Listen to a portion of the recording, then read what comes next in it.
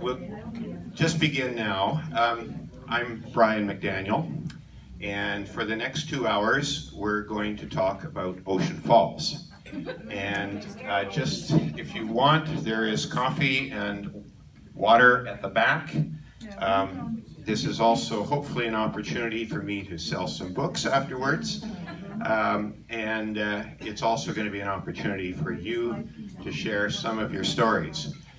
We did this at the Campbell River reunion, how many years ago it was, 5 or 6 years ago, at the Legion, and it went over very well, and a lot of the stories that were shared at that time ended up in the book.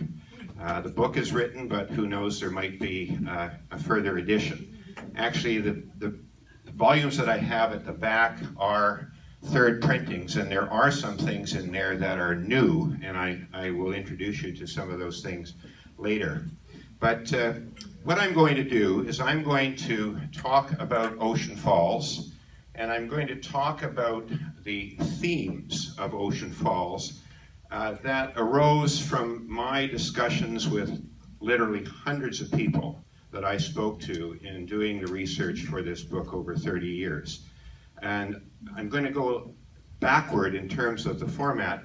What I did when I was doing the book, I asked people a very simple question.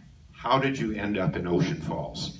And that just opened the floodgates of stories and reminiscences and all of the unique events that made Ocean Falls so special.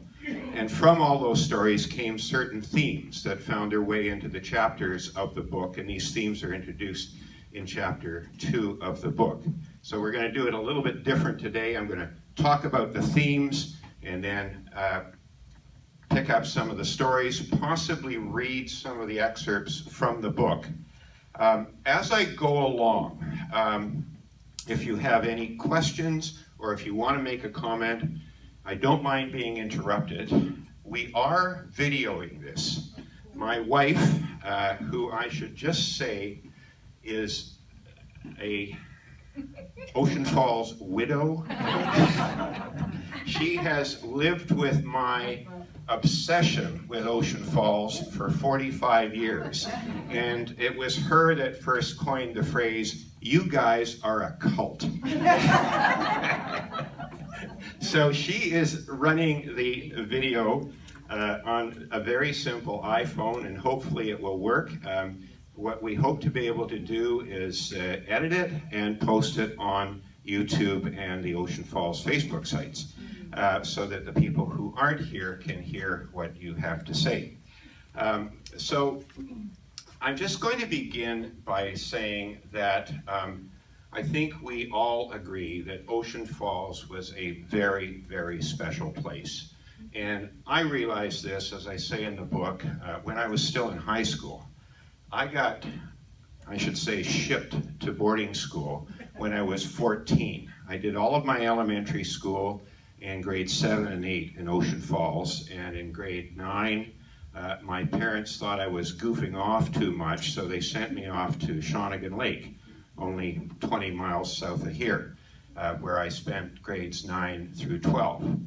And it's unfortunate that Gwen Swan and David Leverton aren't here, because they are two people who, in my travels, I think know more about Ocean Falls than anyone. And they were my fact checkers, and I can assure you that if David was here, he'd be taking notes, and he would be telling me everything I got wrong.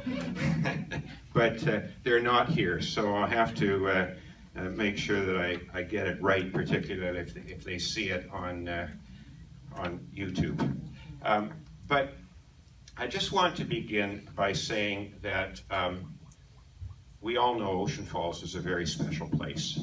And the fact that here we are more than 45 years after the mill closed, 360 people show up is an indication of how special it was. Ocean Falls was unique in many senses, but one of the ways it's very unique is I think it's the only community in British Columbia where the people go by a name that does not include the name of the town.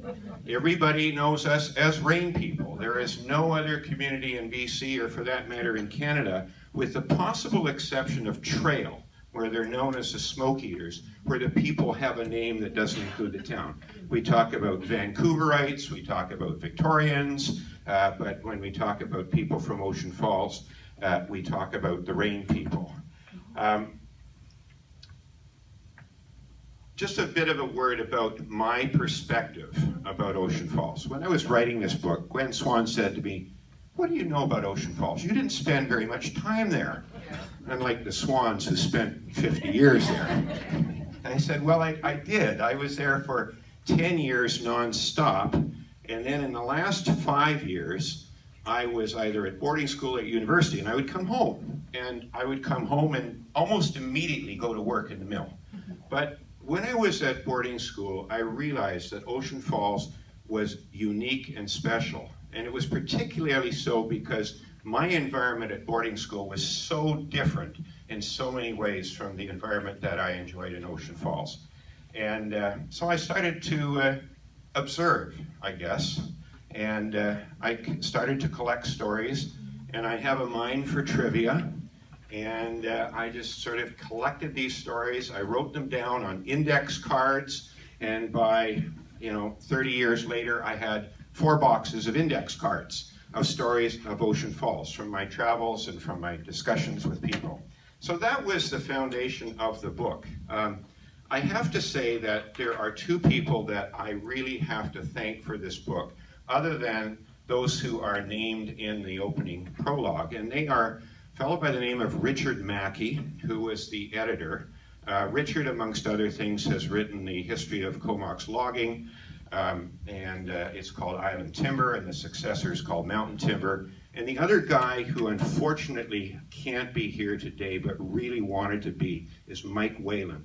Mike designed the book, and Mike is fairly incapacitated by a long experience with cancer. He's still alive and he still lives in Gibsons. But Mike wanted to take on this project, and he did an absolutely phenomenal job. And the design and the layout and everything about the book is Mike's work. And I just want to acknowledge what he did. Mike is one of these guys, or girls. He said, I only spent 4 years in Ocean Falls, and I lived in the valley. But I consider Ocean Falls my hometown. And it's amazing how many people tell me that. Even though they were there for a very brief part of their upbringing, they think of Ocean Falls as their hometown. Again, because it's so unique. And as I say in the book, Ocean Falls, if you spend any amount of time there, it brands you for life. And you will always be not just from Ocean Falls, but you will be of Ocean Falls. You will have certain qualities about you that are unique that no one else will ever share. And I see, I want to acknowledge also Teresa Strebel, because she was the one that said to me, I think at the last reunion, or one of the gatherings that occurred in Nanaimo, she said, we are privileged to have grown up in Ocean Falls. And I really believe that. We are privileged. We have this unique background. And what makes it even more unique is that when we have gatherings of people from Ocean Falls, we cannot go to the place where all those special memories occurred. I was just at a gathering here about a month ago of the community of Paldy, the East Indian community of Paldy here in Duncan, which was another company town. At that, and they celebrated their 100th anniversary. Interestingly enough, it was 10 years younger than Ocean Falls. But people can return to Paldy. The temple is still there, remnants of the community are still there. We can return to Ocean Falls if we've got a lot of money, but it's very, very difficult to get to. And for that reason, we are also unique. When we have these gatherings, we are not gathering where we developed and established those memories. So that's by way of introduction. As I say, my perspective was as an insider, and I say this in the book, I grew up there. My dad, as you all know, was one of the doctors. We lived at the center of the town, and I was involved in everything. Swim team, basketball, you name it, I joined. But after I went to boarding school, I would come back, and it wasn't quite the same. I was the doctor's son that went to the snob school. And so although I had very, very close friendships in Ocean Falls, it was never quite the same. And so when I came back, I was a bit of an outsider. And I guess that gave me a different perspective on the place as well. And that allowed me to put these stories together. So arising from these stories are some themes. And I'm just going to touch on maybe 5 or 6 of those themes and maybe share you some stories and possibly some readings from the book that arise from those themes. The first theme is what I call humble beginnings. No one went to Ocean Falls with money, unless you were a transferee as an engineer from one of the other Crown Zellerback operations. Everybody went to Ocean Falls because they didn't have money and they had an opportunity to make money. And if you worked hard and you saved your money, you generally left Ocean Falls with money, and prosperity followed you, and it followed your families. And now we're into grandchildren, great-grandchildren. It's interesting that most of us in this room and most of this at this gathering were kids in Ocean Falls during the 50s and 60s and 70s.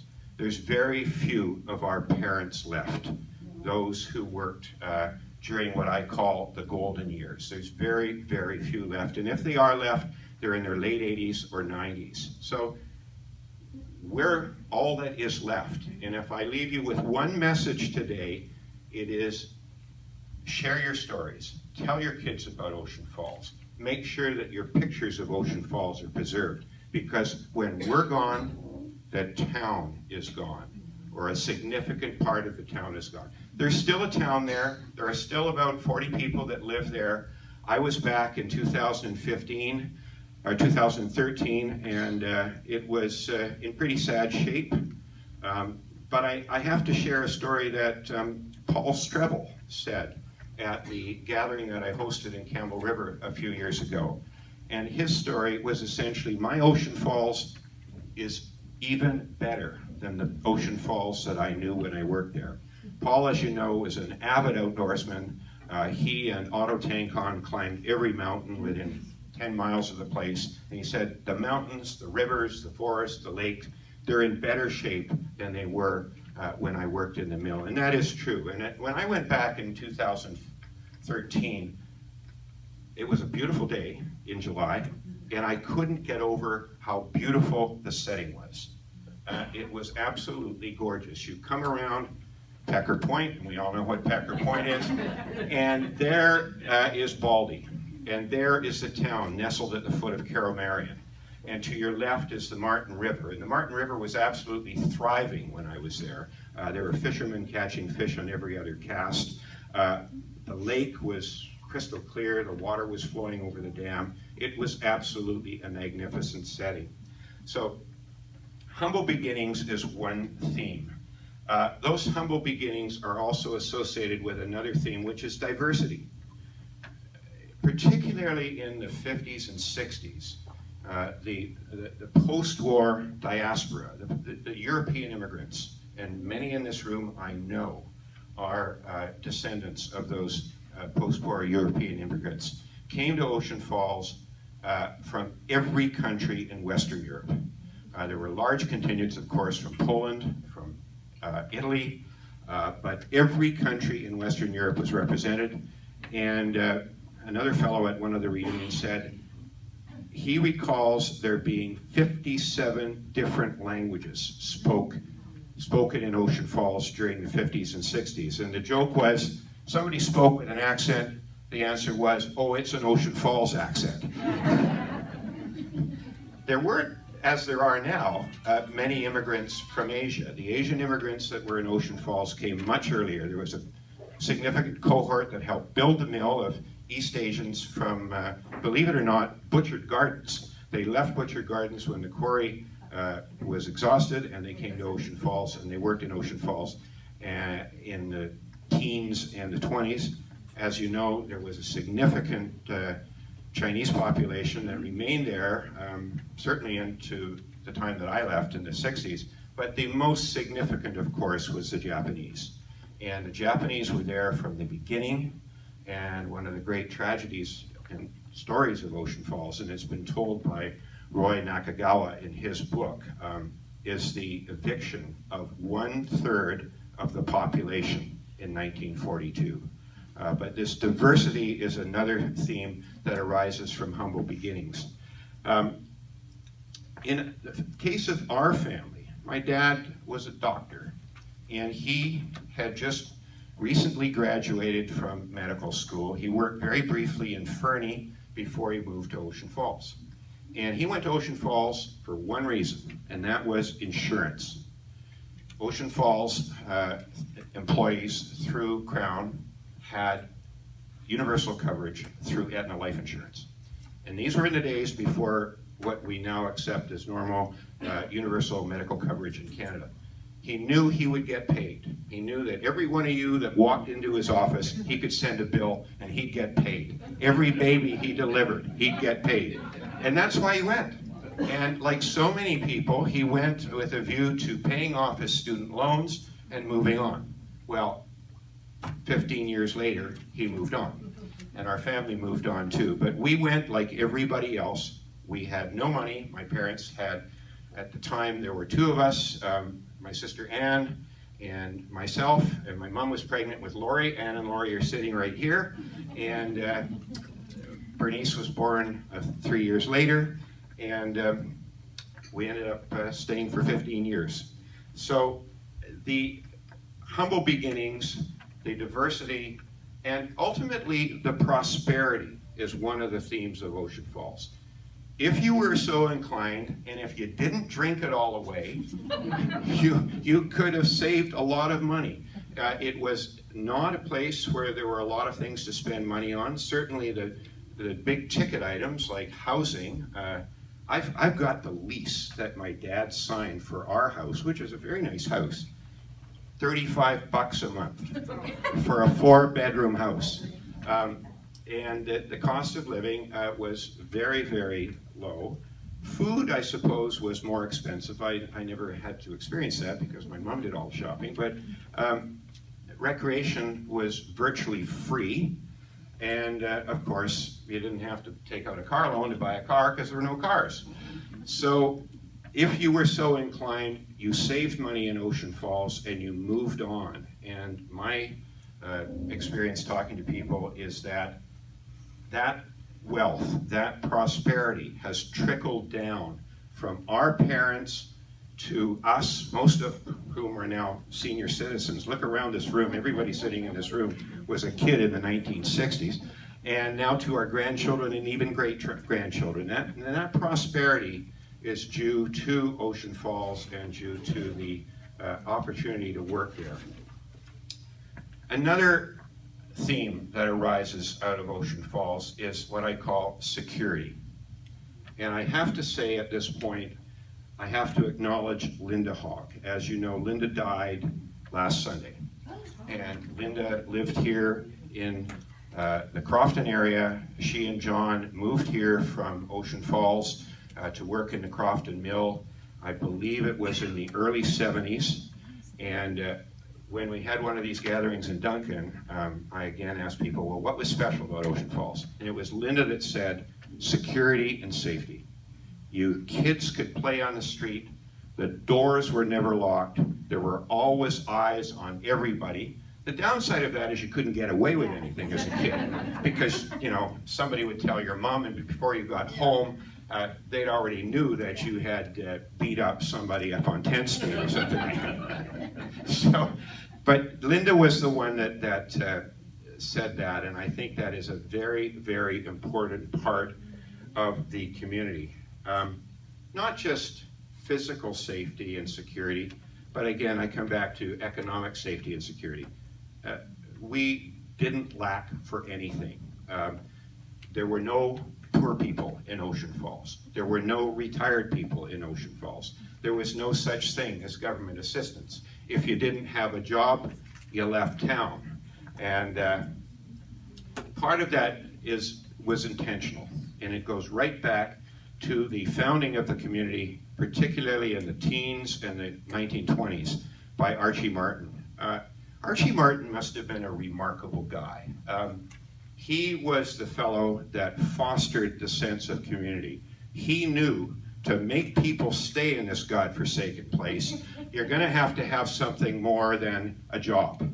And so he made sure that there were community facilities, the big hall, the swimming pool, recreational facilities, the hotel, the old hotel before it became the Martin Inn in 1950. But that sense of security was fostered right from the very beginning by Archie Martin, who was the manager. Interestingly, he didn't live in Ocean Falls. He always ran it from Vancouver, and he answered to the honchos either in Portland or San Francisco.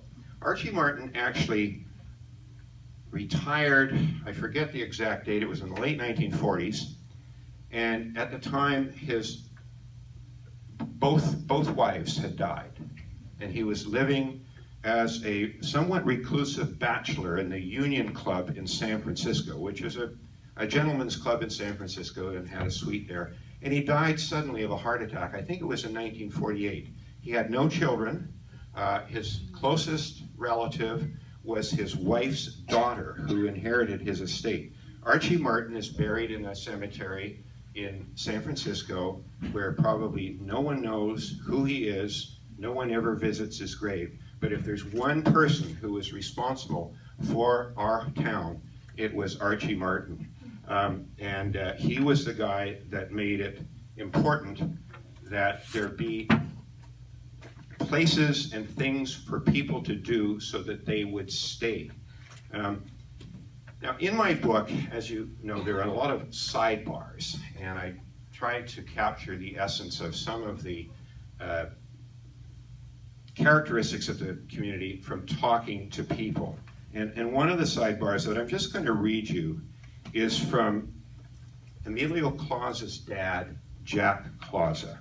Now, Jack was a hand logger, and he logged up at Link Lake, and he and Emilio used to run cordwood down a flume that came down by the dam hill into the Chuck, and that would then be moved across the inlet to the mill where it was used for groundwood. But I just want to read you something from Emilio talking about his dad. And his dad, I think, lived to the ripe old age of 90, despite an incredibly hard job as a hand logger. That's just a hell of a job. Anyway, I read this. Emilio Clausa recalled the return to Italy of his hand logger father, Jack Clausa, in the late 1950s. He says, even though we did not work for the company was always good to my dad and me. In the late 1950s, J.D. Zellerbach, the head of the company, visited Ocean Falls from San Francisco. At the time, he was also the American ambassador to Italy. My father was retiring, and at the PIN dinner to honor long-term employees, he told Mr. Zellerbach that he was planning to visit Rome. Mr. Zellerbach said that when he got to Rome, he would arrange for his ambassador's limousine to pick up my father, and that's exactly what happened. My father was one of the proudest men in Italy on that day. He got to ride into the city in the American ambassador's limo. That was just another example of how the company treated its employees in those days. Mr. Zellerbach was one of the wealthiest and most prominent citizens in the United States. However, he respected and had time for an immigrant hand logger like my dad. And I think that characterizes certainly the way the company treated its employees, certainly when I was there. And the other guy that I do have to acknowledge is Jim Gregg. A lot of the stuff in the book comes from Jim Gregg. Jim worked his way up. He was a lifer with Crown Zellerbach. He started not quite as an office boy, but almost the equivalent. And he worked his way up to becoming essentially the chief operating officer of Crown Zellerbach. Bob Rogers was the titular CEO, but Jim basically ran the company. in the 1970s. And Jim always was concerned about the employees, and he did a great job. And a lot of the stories in the book come from Jim. He died not that long ago, and Jean, who some of you may remember, is still going strong at 97. And she lives in an assisted living facility in Victoria. But Jim and Jean probably saw as much of Ocean Falls as anybody. And other than Archie Martin, I think Jim had more to do with what we take for granted. Another theme that comes out loud and clear, and I touched on this when I talked about Paul Strebel, is the environment. Ocean Falls really was a beautiful place. And I don't know about you, but I don't remember the rain that much. You probably do, but I think, you know, when it rained, it really rained. And nobody who's ever been in Ocean Falls in a rainstorm will ever forget it. But I don't remember the rain, but I do remember all of the physical and natural attributes: the lake, the river, the chuck, the mountains, the ski hill, just even the small footprint of the town. With the exception of the valley, the footprint of the town was less than 1 square kilometer. So you knew everybody, and you could walk from one end of the town to the other in about 10 minutes. The wooden roads were unique. There's probably very few communities anywhere where the main thoroughfares were made of wood and perched on pilings. I don't know about you, but I have my own unique story about the wooden roads that nobody except those from Ocean Falls would ever understand or believe. I broke my ribs falling off the wooden roads at 10th Street. I was hanging around the railings and I fell off just at the area where those stairs came up besides the school. And I fell down about 10 feet and I fell onto a stump. And I broke my ribs, and I got, as usual, I walked to the hospital, and my father said, "There's nothing wrong with you."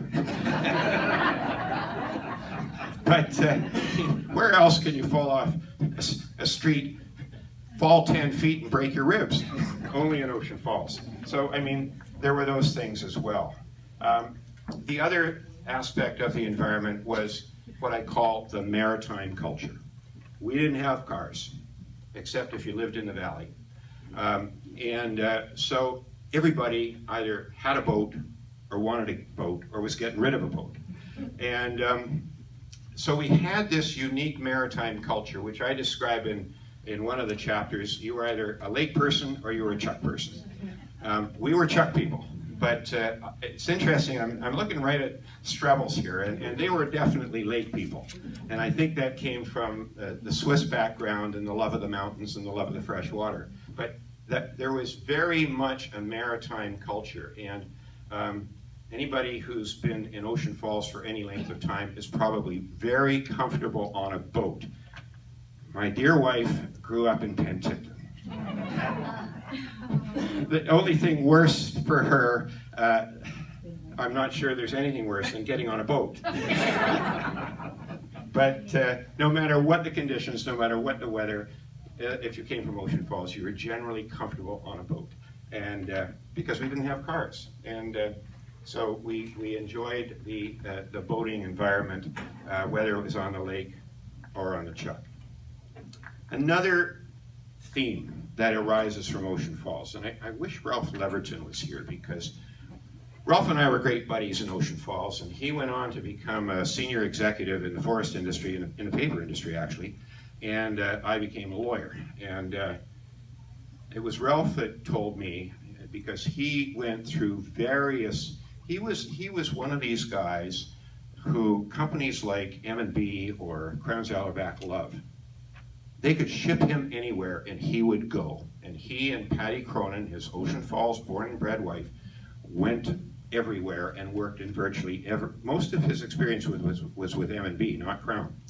But he said, everywhere I went, every mill I worked in, every association that I had with the paper industry, there were people from Ocean Falls.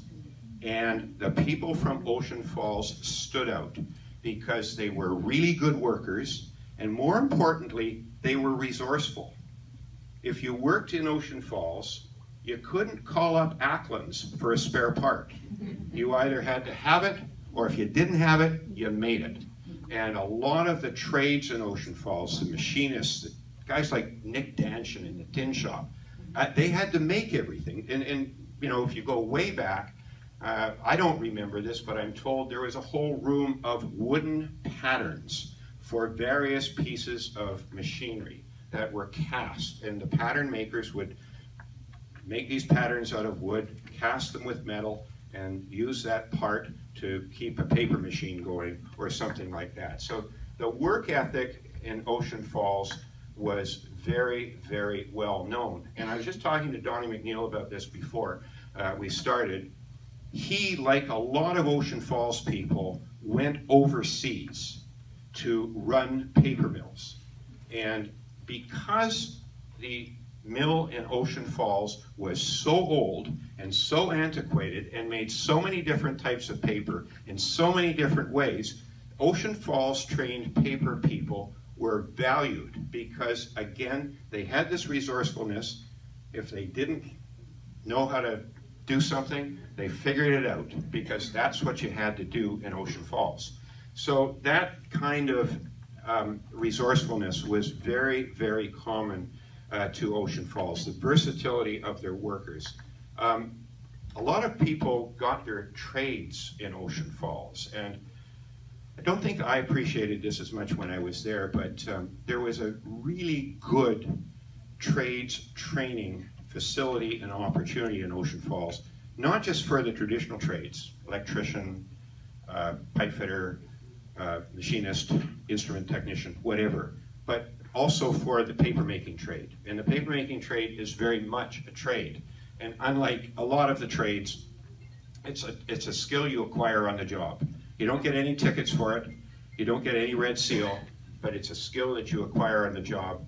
And Ocean Falls was known for its training of its workers, and that's why they were so valued, not only in BC and Canada, but throughout the world for the skills that they brought to the paper-making business.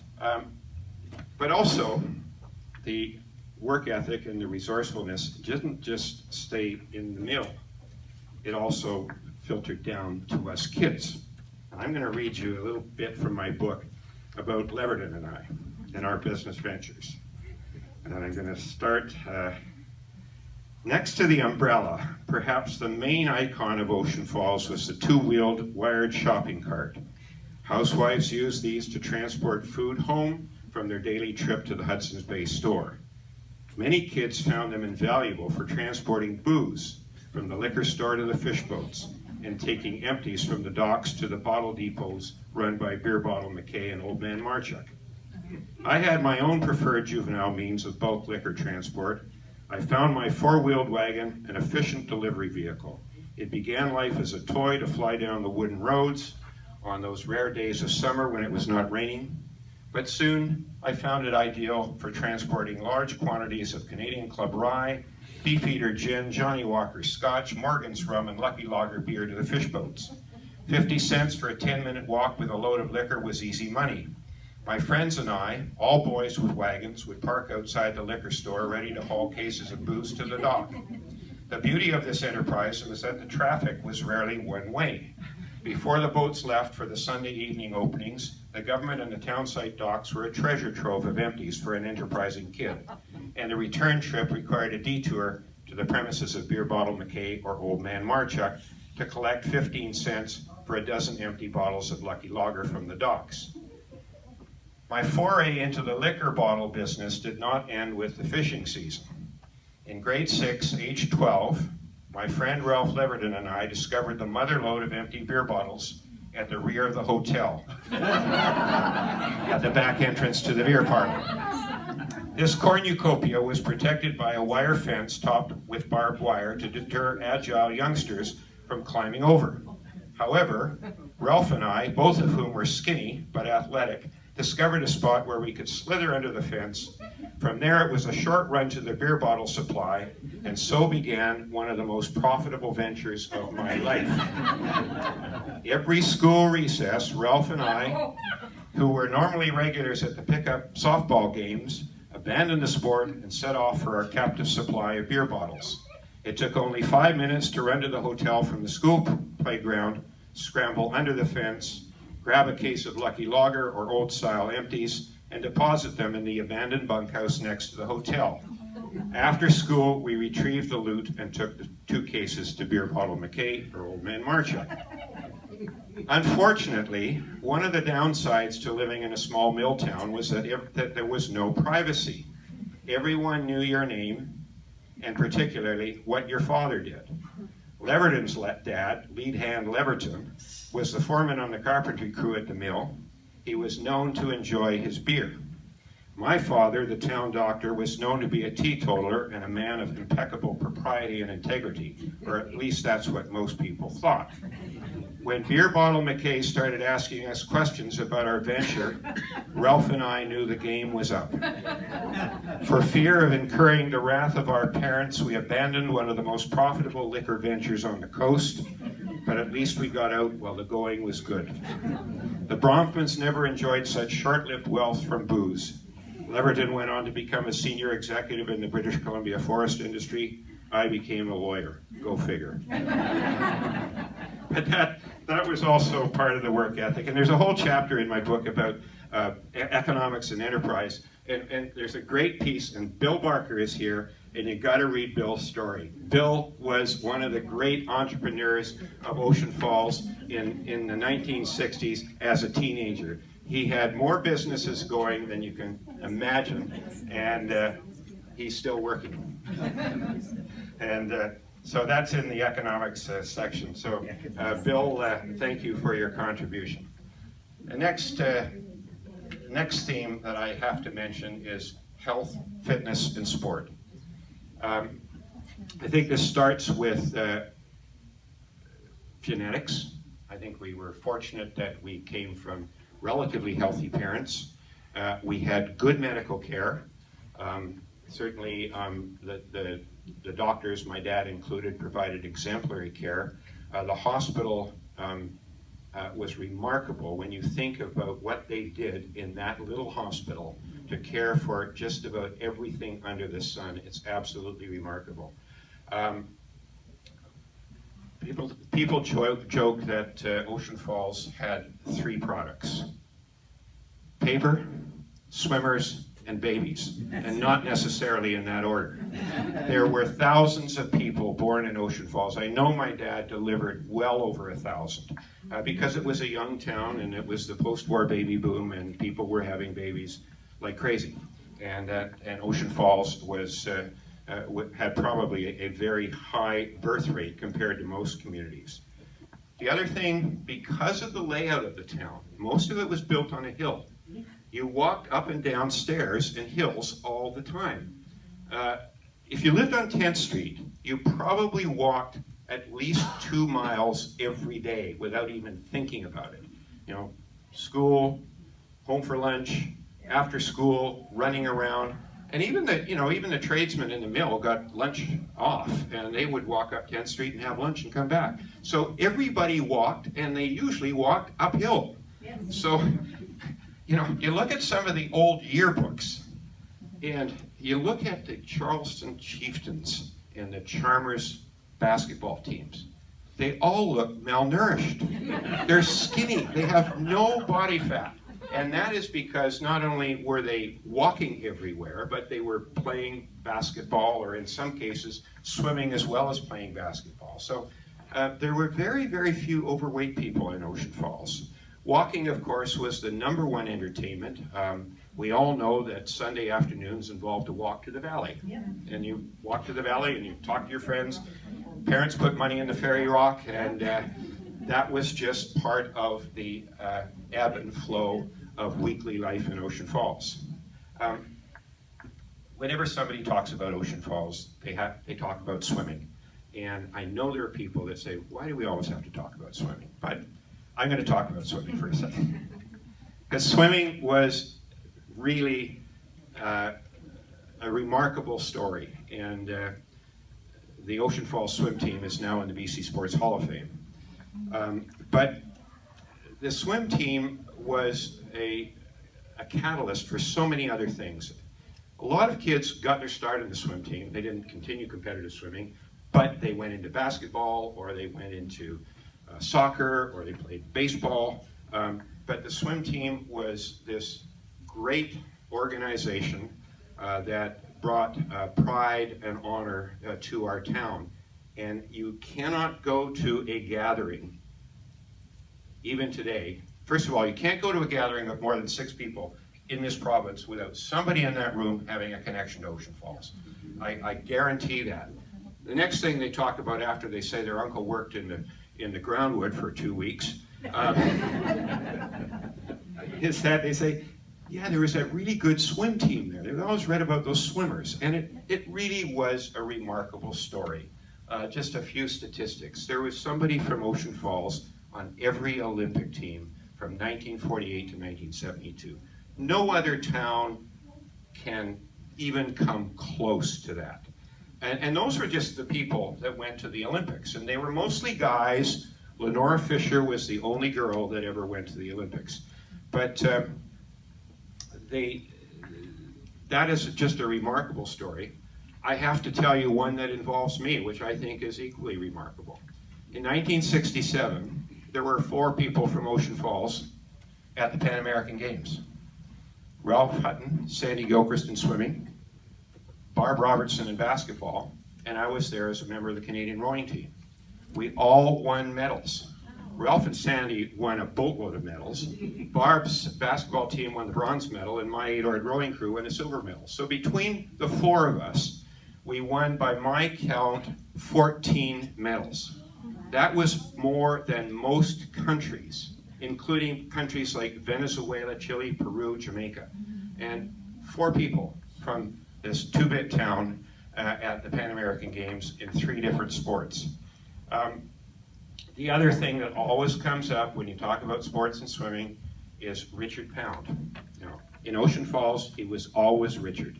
He left Ocean Falls when he was 14, but he was there for 8 years. His dad was the assistant manager of the mill. And Richard went on to become one of the most prominent people in the world. And I don't say that lightly. He was named as one of the most powerful people in the world by Time magazine about 10 years ago. He's a member of he's a companion of the Order of Canada, not a member. There's only 165 people who are companions of the Order of Canada. There can't be any more. It's the highest level, and he's one of those. The things he's done are absolutely remarkable. I don't know where he finds the time, but in 2012, before the Olympics, I went back to Montreal. And the main purpose of my visit, 3 purposes. One was to see George.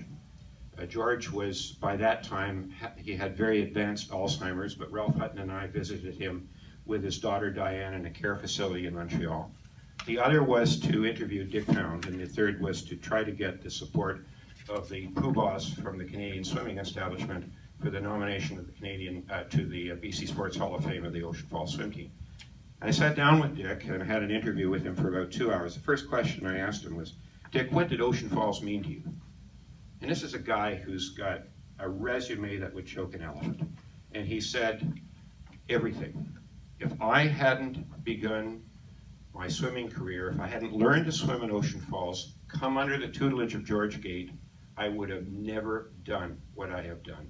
I would have never become involved in the Olympic movement. I probably never would have become he is one of Canada's leading tax lawyers. He's written many books. He was a chancellor of McGill University. He said, I owe everything to Ocean Falls. And coming from a guy like Dick Pound, that is really quite special. And it just goes to show how important this place was to so many people. So those are some of the good things about Ocean Falls. There were some bad things, and I'm going to touch on those. And and I don't want to demean the place or demean your experience in any way, but there were some bad things. One of them was transiency, what I'll call transiency. There was 100% turnover of the staff of the mill every year. And during the time that most of us were there were 1,000 people working the mill. Some of you may have been there during what I call the government era from 73 to 80, and there was probably half that number. But in the golden years, the 50s and the 60s, there was 1,000 people working there. 1,000 people came and 1,000 people left every year. Those of us here are probably the ones that stayed longer because we probably came from stable families who enjoyed what Ocean Falls had to offer. The turnover was, of course, amongst the single guys who lived in the hotel, who came to make a fast buck and got out, or the families who simply couldn't stand the rain and the isolation anymore. And that was mostly as a result of the women who had to stay home. And in the days that we were there, remember, women generally didn't work outside the house. They lived at home, they went shopping, and particularly if they were recent European immigrants that didn't speak English, it was a tough life for them. And some of them just missed the camaraderie of their cohorts who spoke Italian or Polish or Hungarian or whatever it was. And so there were those that moved on. But transiency was a big problem. And you could always get a job in Ocean Falls. I know everybody in this room, probably the day they turned 16, they went to work in the mill. I know I did. I worked in the bay putting together furniture before I got to my 16th birthday, and turned 16, went across the bridge, punched the time clock, went to work in the yard pool with Mr. Dowling, and then eventually I think I worked in every department of the mill because I was flexible. When I would come home from holidays, Mr. Bremner or Mr. Craig or whoever is running said, okay, they need a fifth hand in the machines, and I'd go and work on the machines, or they need somebody on the booms. My last job was on the booms, and I loved that job. I did it in the summer, and I never had to do it in the winter in the rain. But what a great job! I mean, these were in the 60s. We were bringing in big Peter spruce from the Charlottes, now Haida Gwaii, and fir and hemlock and cedar coming from mainly South Bentinck and Bella Coola. And we'd break up the bundles and we'd sort them and we'd put them back onto the self-loaders. But for a 19-year-old kid in the summer, it was just a great job. But I did every job, and we could all enjoy that work. But there was a huge number that didn't. As I said in the book, many got off the boat, looked around, it was pouring rain, they got right back on the same boat. They didn't even stay. Contributors to this, of course, were many, but number one, I think, was isolation. You couldn't drive anywhere, you couldn't go anywhere, there was no escape, you were hemmed in by tall mountains where the sun didn't shine for 3 or 4 months in the winter, and that caused a lot of people to move on. You can't talk about Ocean Falls without talking about the weather, and particularly the rain. That got to a lot of people, particularly those that came from the prairies. And many just couldn't tolerate that rain. As we all know, it was the wettest inhabited community in North America. There are parts of Hawaii that get more rain, and there is a place just west of Port Alberni called Henderson Lake that I think gets a little bit more rain. But in terms of a inhabited community, Ocean Falls was the rainiest place. And as you know, when it rained, it really rained. Another negative was sex. Or lack thereof. The male-female ratio was about 5 to 1 on a good day. Got to be 8 to 1 on some days. And a lot of single guys just missed female companionship. One of the aspects of that was that and I was a victim of this, the single guys, the girls would be attracted to the guys in the mill that were 3 or 4 years older than us. So we had a hard time getting girlfriends because all these guys had all this money and all this experience in the big city. I do want to read you something that didn't appear in the first edition, but it was given to me by a guy by the name of Arie Van Donkelaar.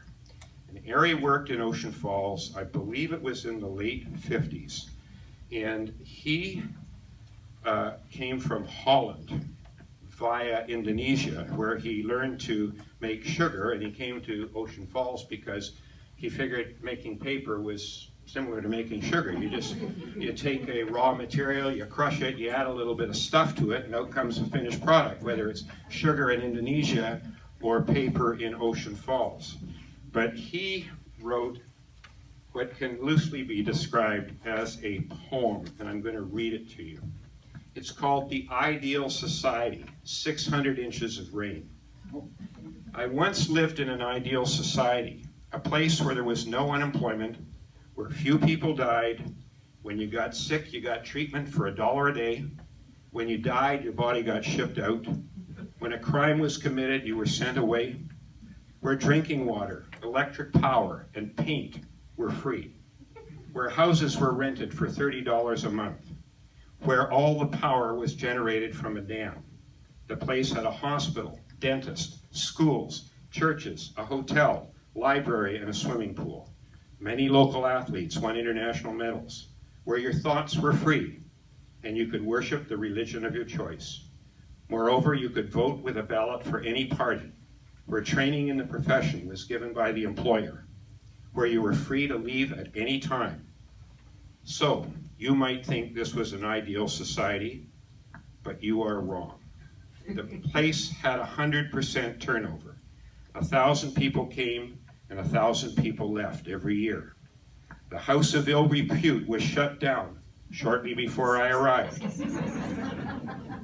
There were 80% men and 20% women. Very frustrating for a bachelor. The rainfall was 200 inches per year, the highest in Canada. No road in or out. You had to travel by boat or plane. There was the highest alcohol consumption in the province. So, I stayed for 600 inches of rain and then departed. I forever doubted communism, socialism, and other welfare schemes. I'm talking about Ocean Falls, BC. 300 miles north of Vancouver on the west coast. Go and visit it if you want. So that, I spoke to Arie, and like so many people, he got his start in the pulp and paper industry in Ocean Falls. He spent an entire career in that industry, mostly working overseas. I don't know if he's still alive, but when I spoke to him, he was living in Kelowna. And he was just, his story is just one of the many examples of the frustration that people had. So transiency and weather and claustrophobia is another theme. Boy, I'm just about done, and then you're going to get your chance. The next theme is what I call death, destruction, and loss. And there was much of this in the context of Ocean Falls. There's a chapter near the end of my book which deals with these, but there were very significant tragedies that could only have happened in Ocean Falls. And they start with a terrible drowning that occurred on Link Lake in 1923 when 5 members of the McKellar family, and some of you may remember Jimmy McKellar. I remember him working in the fire hall when I was a kid there. But 5 members of his family drowned in a boating accident in 1923. And then there was another drowning of a little girl at what was then the swimming hole, which was at the base of the dam rocks, just below where the pool was constructed. And these tragedies, interestingly enough, led to the creation of one of the most famous facilities in Ocean Falls, the swimming pool. The town people, particularly Bert Allett, felt that it was important that there be a swimming pool where people could learn to swim to avoid any more of these drowning tragedies. And that was one of the first of many tragedies. I've already touched on what I think was perhaps one of the most, to use a fancy word, egregious tragedies that occurred in Ocean Falls, and that was the expulsion of the Japanese. I don't imagine there's anybody here today who knew the Japanese in Ocean Falls when they were such a significant part of the population, but they were integral to Ocean Falls from 1920 to 1942. 1/3 of the population was Japanese, and the Japanese tended to be families. They all lived down at the end of Marine Drive just before it turns into the Valley Road, and they lived in these tiny little houses that consisted of one room, a bathroom, a kitchen, and an attic. And they would sometimes have 5 or 6 people living in these houses that occupied no more than 500 square feet. They were very industrious.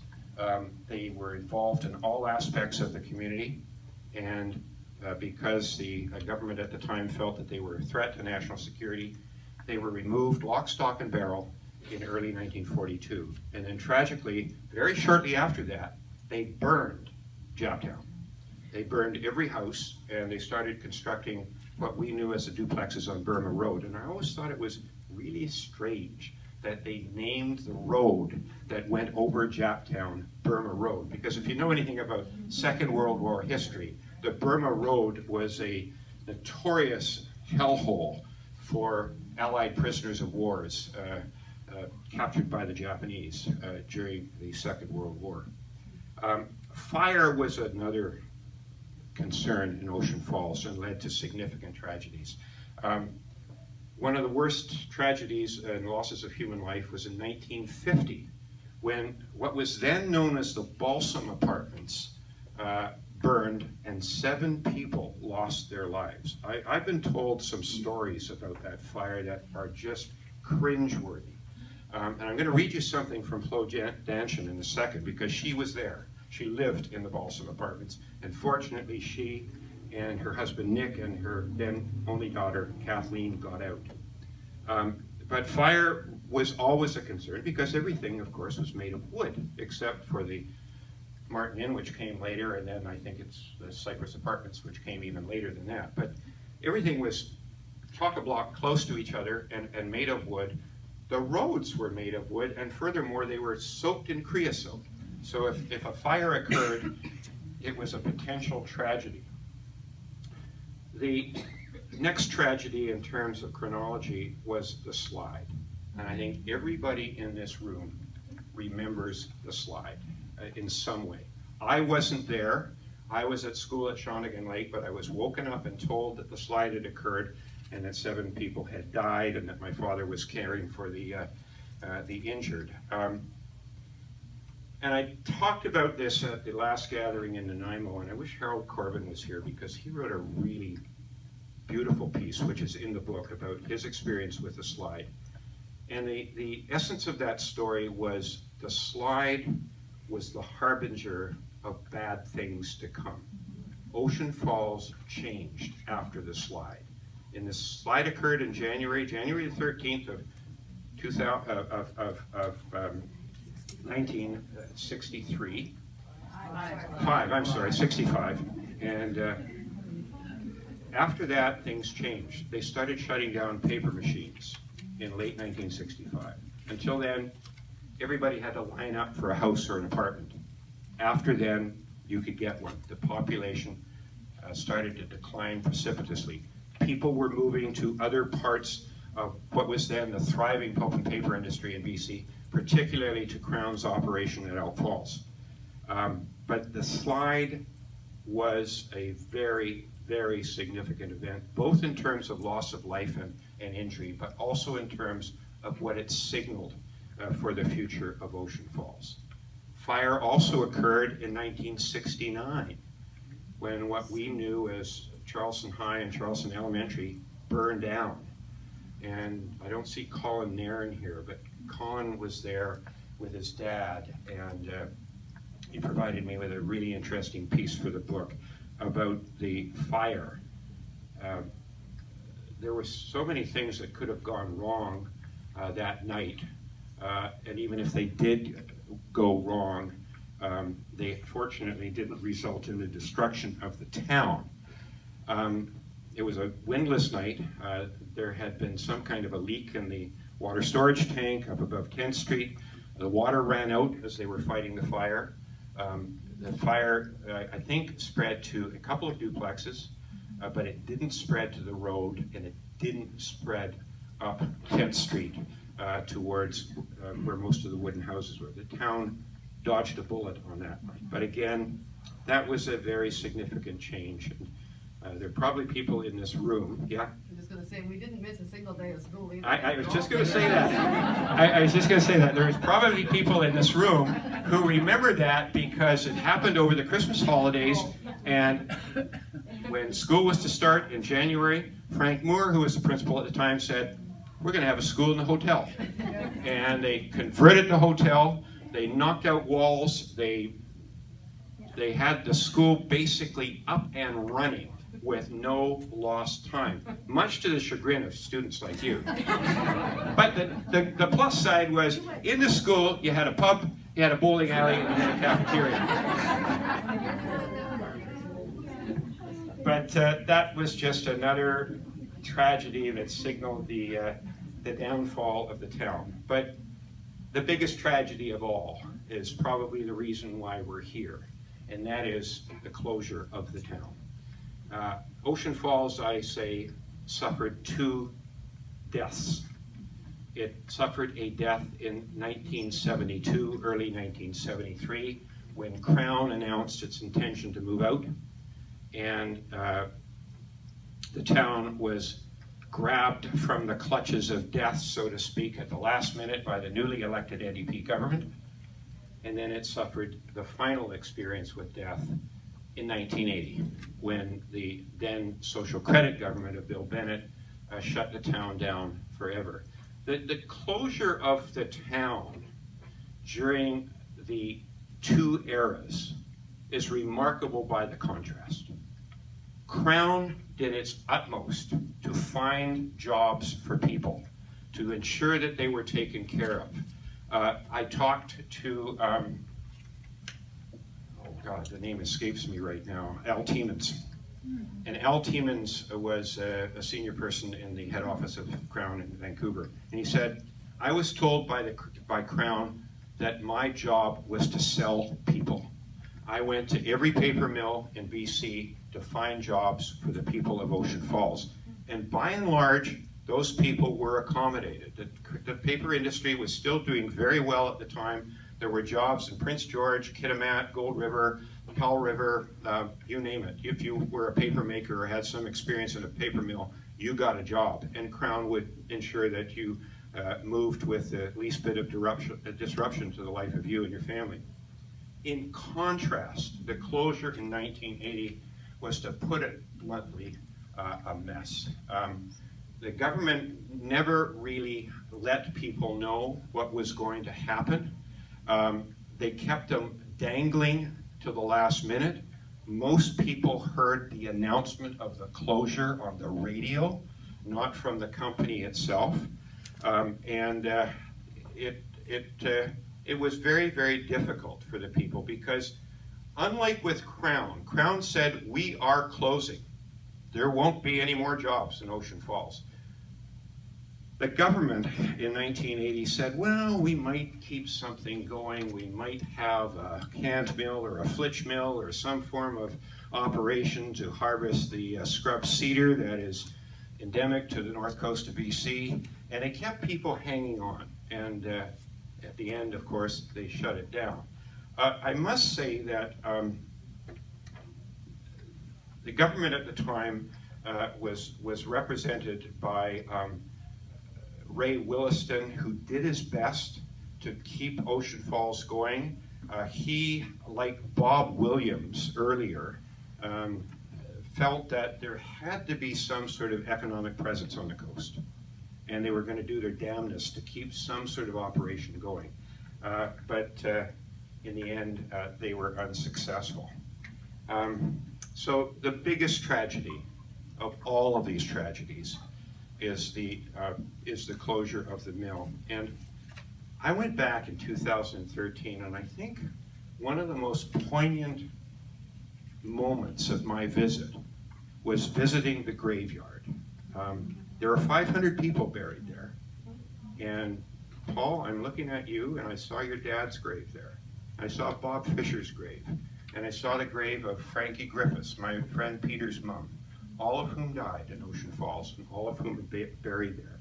There's, interestingly, a part of the graveyard called Babyland.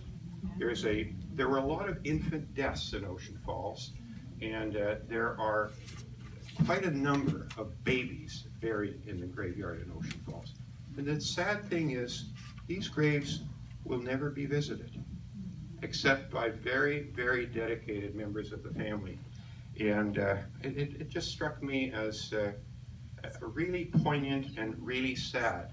I think the graveyard is still being maintained. When I went up, Gwen was living in her brother's place across the street, what we used to know as the Moody residence, right next to the airplane ramp. And she was mowing the lawn at the graveyard. And the graveyard was actually in pretty good shape. I think it still may be, but it is so sad that there are 500 people buried in that, and it's a beautiful setting. It overlooks Cousins Inlet. There's 500 people there, most of whom will never, ever be visited by their descendants or their loved ones. So I'd like to read you another piece. This is actually new as well, and this is from Flo Danshin. And I think everybody in this room knows Flo. And Flo, I guess, isn't here. I speak to her a lot. And of course, Flo loves to talk. But she told me a lot of the things that ended up in the book. But at the very end, she gave me a story that, if I can find it here, it's called 3 Disasters on One Site. And it's an addition to the most recent printing. And I'm going to read it because, again, this summarizes these disasters through the eyes of one person who witnessed them. She says, Nick and I and our 6-month-old daughter, Kathleen, were living in the Balsam Apartments on Burma Road when the building caught fire in 1950. A woman with a small baby had placed a bottle on a heating pad to warm up the baby's formula. She put a cigarette on a couch next to the heating pad, which somehow set off the fire. When the fire alarm went off, I didn't pay much attention to it because one of the young guys in the apartment was always setting off false alarms. However, Nick looked down the hall and saw masses of smoke, and he quickly evacuated Kathleen and I from the building. There was an elderly couple living in a small suite in the attic. They were trapped because there was no fire escape. I remember one of the couples in one of the upper floors tying sheets together and getting out of the building by climbing down the sheets. As soon as they got to the bottom, the sheets caught fire. Because the building was made of wood and there were no sprinklers, it went up like a tinderbox. 8 people died in that fire. It was fortunate that there was no wind. Had it been windy, the fire would have spread to Burma Road, which was also made of wood, and the newly constructed duplexes on Burma. A new apartment called the Willows was built on the site where the fire had gutted the Balsam Apartments. 15 years later, Nick and I were living in one of the duplexes on Burma Road near the Willows. Around 9:30 on January 13, 1965, I heard a terrible roar and loud cracks, like guns going off just outside our house. The commotion was caused by 2 landslides on either side of the duplex. Most of the men were working that night. I gathered up the children and went down the stairs to our boat, which was tied up at the government dock. There was no power and no light, and we had difficulty finding our way. Soon we had about 30 people on the boat, and we were all terrified. Eventually help came, and we were taken to the mill, where we spent the night in one of the offices. In 1986, the government began to normalize the town by destroying most of the buildings in the town site, including the Willows apartment and the duplexes on Burma Road. Road building excavators owned by a logging company were used to destroy the buildings and burn the debris. I lived in Ocean Falls long enough to see a fire that killed 8, a landslide that killed 7, and equipment that destroyed several buildings. all on the same site at the base of Caramarian. I am probably the only person still alive to have witnessed all three events that devastated the town. And so that is from Flow, and many of the other interesting stories in the book, some of which are quite humorous, are from Flow. I do want to read you something that I think, it's a personal experience that I had, and I had it in court in Nanaimo about 20 years ago. And I'm going to read it to you because it just, to me, captures something about the death of our town. It's entitled Booking Passage, the End of the Ocean Falls Library. In the mid-1990s, I was arguing a case before Mr. Justice Rafe Hutchinson in the Supreme Court of British Columbia in Nanaimo. My opponent was a well-known female barrister from Victoria. I believe that the issue was whether or not another lawyer's acceptance of a settlement offer from ICBC was binding on his client. For some reason, the lawyer from Victoria advised the judge that she had gone to university in New York, implying that it gave her a certain gravitas and knowledge which would assist the judge. Somewhat facetiously, I told the judge that I had gone to school in Ocean Falls, implying that where lawyers went to school had absolutely nothing to do with the point being argued. Somewhat to my surprise, I found a sympathetic and attentive audience in Judge Hutchinson. At one time, he was the resident county court judge in Prince Rupert. As such, he often acted as what was then known as a local judge of the Supreme Court. On many occasions in the 1980s, he had traveled from Prince Rupert to Vancouver on the Queen of the North. Ignoring the esoteric points of law that my friend and I were arguing, he recounted his last visit to Ocean Falls and the Queen of the North in August of 1986. As he stood on the boat's deck, the Ocean Falls Library was being loaded into the cargo hold of the Queen of the North. Judge Hutchinson, perhaps more than most, was aware that this action signified the end of a community and a way of life. As a man of letters, it struck a chord with him as it did with me. I forget the outcome of the point of law that my learned friend and I were arguing that day, but I will always remember Rafe Hutchinson's sincere lament about the death of Ocean Falls, signified by the loading of a cargo of books into the hold of a coastal freighter. And I remember that like it was yesterday. It was in the old courtroom building, the Heritage Courtroom in Nanaimo about 20 years ago. Rafe Hutchinson, by the way, was just a gem of a man, and amongst other things, he was probably one of the finest mountaineers who ever lived in BC. He was one of the first to go up Mount Waddington, and the unique thing about him is he climbed so many mountains, he had so much frostbite he had no toes. Oh. so when he walked, he shuffled like this. Just one of the many unique things. So that brings me to my conclusion. And then I'm going to invite you to share stories if you want to. But I went up to Ocean Falls in 2013. My birthday is July 26, and I went up July 26, 2013 for my 65th birthday. I started work in the mill on my 16th birthday, July 26, whatever it was. And it was a great trip. I flew into Bella Bella from Port Hardy in a beautiful plane with stewardesses, 2 pilots, no landing on water. We landed in the runway in Bella Bella. We stayed at Shearwater. Andy Whitston's son Craig runs the Shearwater Resort. I just heard today there was actually quite a serious tragedy up there off Hunter Island, and there's a person missing. I think it's probably from the Shearwater Resort. It just happened this morning. In any event, we rented a boat from Shearwater Marine, and for 2 days I went to Ocean Falls and all the little hangouts that we used to visit on our boats 50 years ago. And it was just a wonderful experience. The weather was great. We were able to cover a lot of territory because we had a fast steel boat. And so that was my experience. But in closing, I have to say that Ocean Falls was the canary in the coal mine for the forest industry of BC. If you think about it, The forest industry today is a shadow of what it was in the 1960s and 1970s. Ocean Falls was the first to go. And as you know, many, many mills have shut down since then. Those that are left standing, particularly paper mills, are really running on the basis of a favorable exchange rate with the US dollar. They're, you know, they could well be on their last legs. Elk Falls is gone. Powell River is a shadow of its former self. Gold River is gone. Kitimat is gone. There may be more to come. But Ocean Falls was the first. It was the canary in the coal mine. Who knows what the future holds for our industry, but pulp and paper gave all of us in this room a very, very fortunate life. I went to university for 7 years.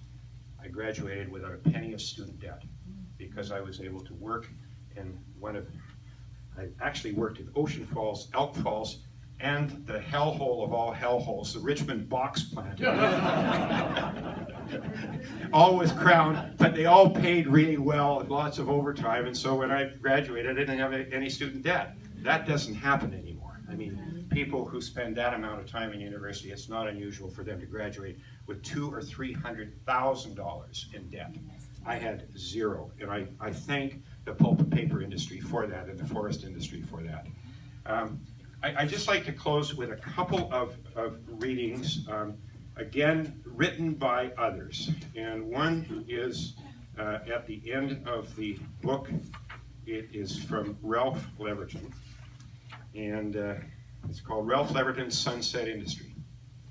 It all started for me in Ocean Falls. I'm like a lot of people in the pulp and paper industry throughout the world.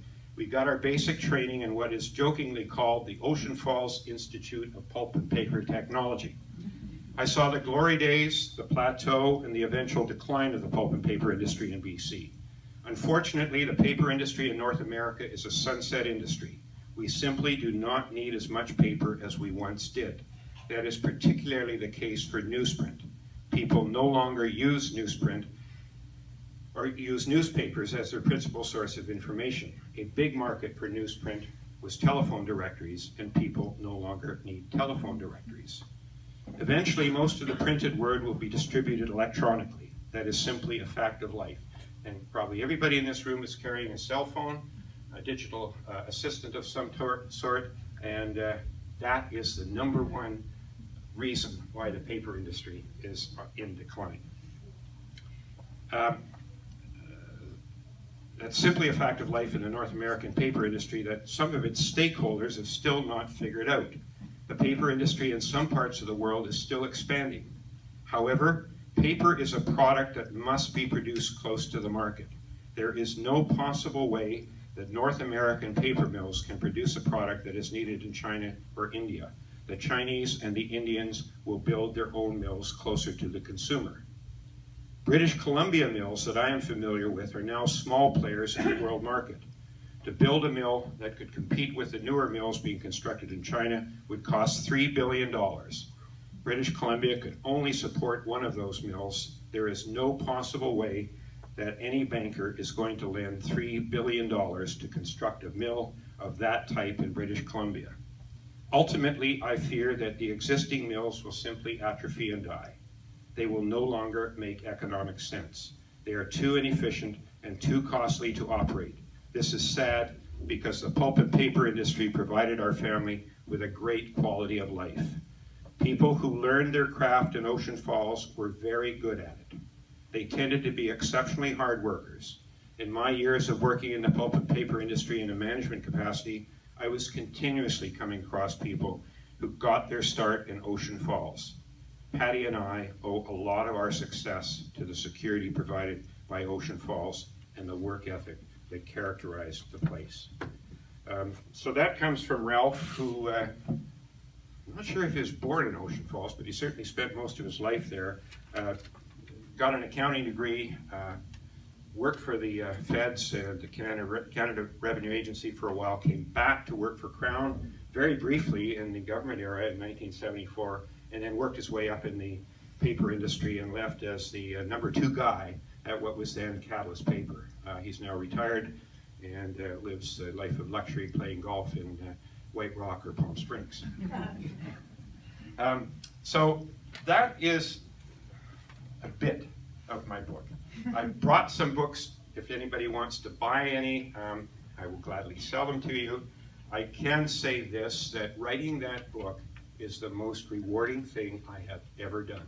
I didn't realize this, but the letters that I've received, and they are not in the hundreds, but certainly in the scores, where people would share their stories, thank me, has just been so rewarding. And I've had a very rewarding career as a lawyer, but nothing comes close to the rewards that I got in hearing from people from Ocean Falls, and the thanks that I got for writing the book. And I'm glad I did it, because this is the closing point.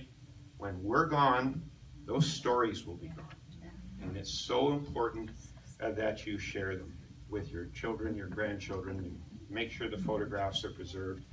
Fortunately, there's a very good repository of material in the BC Archives. It's one of the best organized community collections in the BC Archives, and it's as a result of a testamentary gift by a guy by the name of Jeff Taylor, and it's been very, very well done. As you know, there's the Ocean Falls Museum site that Bradley St. John maintains. It's just an excellent site, and that's how our memories and our lives are going to be remembered. They're going to be remembered digitally, because the physical infrastructure, the physical qualities, other than the natural qualities that we knew so well, are going to be gone. As we speak, the town is decaying. The hotel is a disaster. It probably should be destroyed. There's no possible way it could ever be revived. The same goes for the garden apartments and for the store. There are still a few houses standing. Most of them are in Martin Valley, but the environment is going to take over the place, and everybody has plans and hopes for Ocean Falls. I'm not quite so optimistic. Just the location, the remoteness, make it a very, very challenging place for anybody to do business. Although digital technology has arrived in Ocean Falls in the form of Ocean Falls Blockchain Corporation, and who would have thought that all that excess power would be used to manipulate cryptocurrencies? But that's Ocean Falls' gift to the world right now, other than the power that's shipped to Shearwater and Bella Bella and the smolts that are reared in the fish farm that's there. Now this may sound corny, but I was just thinking, and bear with me, because as you gathered, Ocean Falls is very special to me. I'm sure it's very special to you. And I was just thinking, what's a neat way to end this? You know what I thought of? I don't know why this came to me, but I thought of the final of the musical Camelot. Amongst my many interests is musical theater. And at the end, King Arthur is singing about Camelot to a young boy. And this is what he says. And when I say Camelot, just substitute Ocean Falls. Each evening from December to December, before you drift to sleep upon your cot, think back on all the tales that you remember of Camelot. Ask every person if he's heard the story, and tell it strong and clear if he has not, that once there was a fleeting wisp of glory called Camelot. Camelot, Camelot. Now say it out with pride and joy. And the boy says, Camelot, Camelot. King Arthur says, yes, Camelot, my boy, where once it never rained till sundown, by 8 a.m. the morning fog had flown. Don't let it be forgot that once there was a spot for one brief shining moment that was known as Camelot. And then I wasn't finished. I thought, I'm going to write my own lyrics. So this is what I wrote for the final verse. Where once it never rained till after sundown, by 8 a.m. the morning fog had flown, just like Ocean Falls. Rain people will recall, weather mattered not at all, and that for one brief shining moment, there was a place called Ocean Falls. Thank you.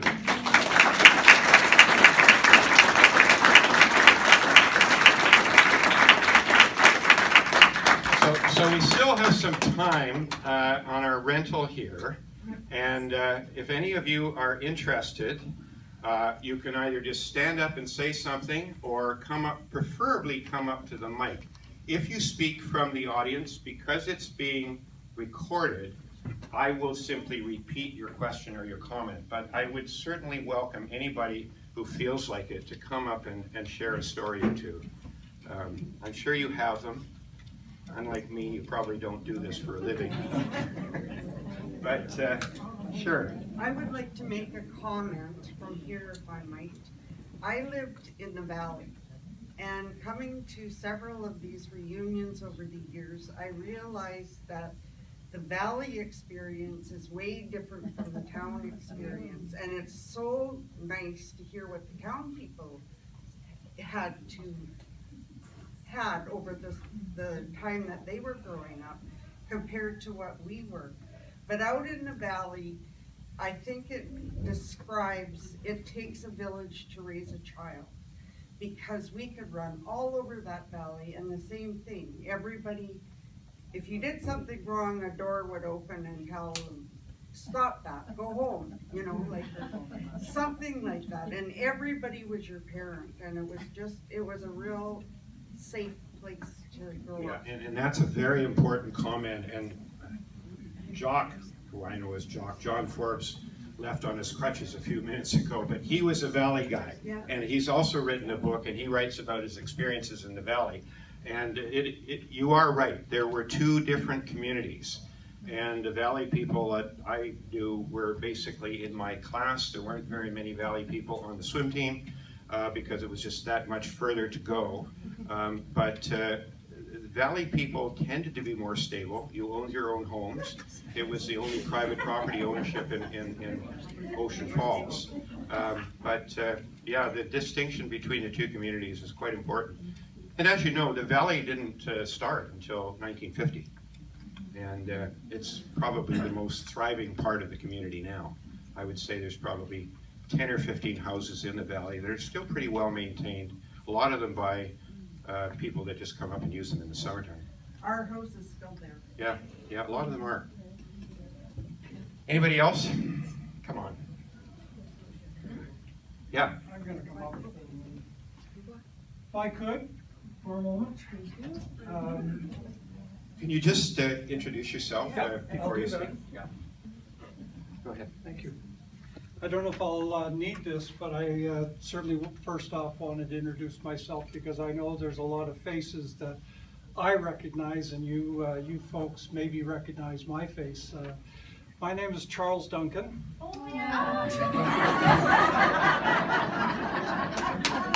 Thank you. I was one of the swimmers. I swam under George Gate for probably a few days and part of the Friday afternoon training and such. What I wanted to do was just open this up a little bit, just to be the first person to, because I know a lot of you have told stories, and I have many stories, but there's so many things going on in the head that perhaps I have to sort of stay focused. Anyways, what I wanted to do was sort of remember my mom and dad. My dad was Alfie Duncan. Alfie died in 1984. I was born in 56, and I had a brother, Keith Duncan, and John Duncan was the youngest, and all of us were born in Ocean Falls. And my mom's name was Corey Duncan, or Farker Forsyth Cormac, so a very Scottish name. Dad went into Ocean Falls from Scotland in 1951 and met my mom when she was visiting Aberdeen, and she came in 1955 with Ocean Falls, where they married. I was born in 56. One of the things that, and we talk a lot about the swimming, I don't remember learning to swim. I just remember swimming, and I don't know who taught me, and I don't know whether somebody just threw me into the pool and said swim, because I did. I swam quite well. But again, when I hit the age of 13, 14, I kind of lost interest, so I didn't really take it any further, but I did start coaching and such. One of the things you mentioned was the support that Crown Zellerbach gave families, and I just wanted to mention that my dad was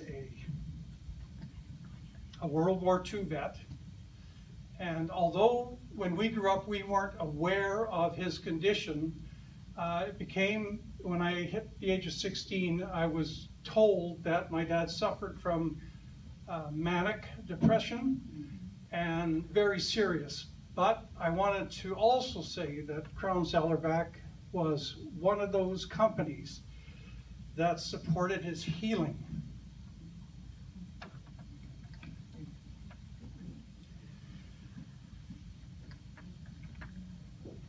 Crap. He used to take about a month off, maybe once a year, and go to the Lower Mainland, and he would go into the psych center, Riverdale. Thank you. Riverview. That's it, yeah. And the company, he always had his job to go back to, and he suffered, and he suffered a lot in silence, and it was very, very difficult. Obviously, we weren't aware of that, but Mom had to live with that and had to live through these episodes, and it was extremely difficult until when I reached 16, then I became aware, and then we had to support him through basically to the end of his life. One of the things that you talked about the slide, we were the Willows apartment, and then there was us, and I think Teresa Kowalczyk. They weren't there yet. They weren't there yet? Not in the slide. Not the slide? Okay, somebody was next to us, but we were right there. When the water rose, there was a creek between the Willows and us. The water rose and flooded the first floor. I remember, same thing like a lot of you, where you were, what you were doing. I remember getting out. All we could do was slip on a pair of gumboots, and off we went to friend's place, I believe it was, and stayed. My dad was called in that night, and he drove the Michigan, the front end loader, and was working. The fire, same thing. My dad was involved in that, and I don't know whether you remember, there was a lone person standing on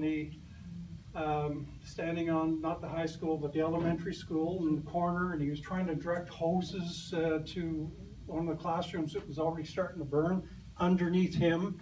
And I'm standing here watching this, and people saying, "Get the hell off the roof!" But anyways, he did. He was fine. But many things I owe to Ocean Falls, swimming. And I'm only saying this not because it's a great memory. It's not something I bring up all the time, but Mr. Betts was a United Church minister, and he and I and my brother Keith, who was 9 at the time and I was 11, he ended up falling in the water at Twin Lakes and being swept out by the force of the water into the salt chuck. Keith, again, who was 9, and myself, we went in the water and we pulled him out, and it was because of swimming. We had enough. We felt that we could do it and pull a large man who was fully clothed, and even ourselves who were fully clothed, and pull him to safety. Anyways, I have a lot more memories. But you One got of the times it. I'm gonna write them down. You're being bashful or whatever. You won a national award for that, a life-saving award, didn't you?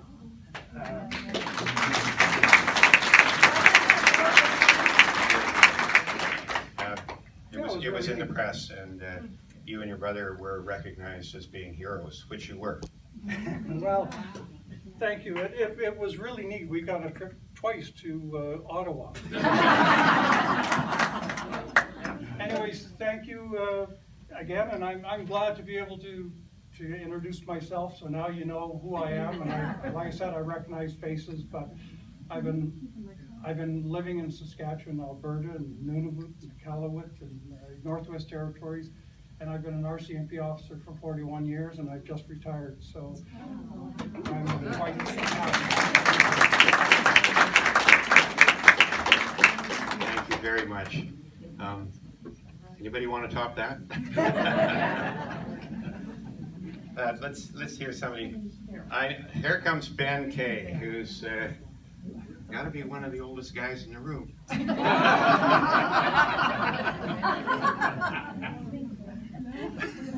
Thanks, Brian. Just speak.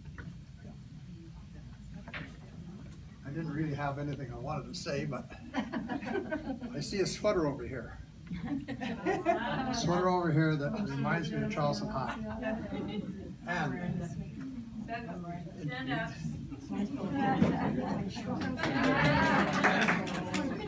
what it triggered for me was in 2016, a group of us who were part of the 1956 graduation class Mike, closer, please. got into the, You stick right into that. okay, right there. Yeah, we all got together in Richmond at the River Rock. And, you know, it wasn't a large crowd, but there was a good number of us who graduated, plus the spouses. And because our class wasn't all that big, we invited some who had been with us but left before, like Sonja Jepson.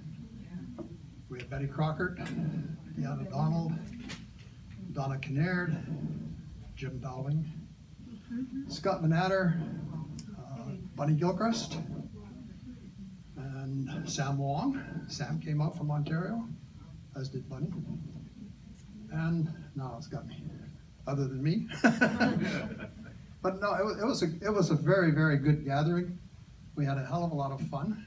And so anybody who's coming up to your 60th high school graduation, get together, get it going.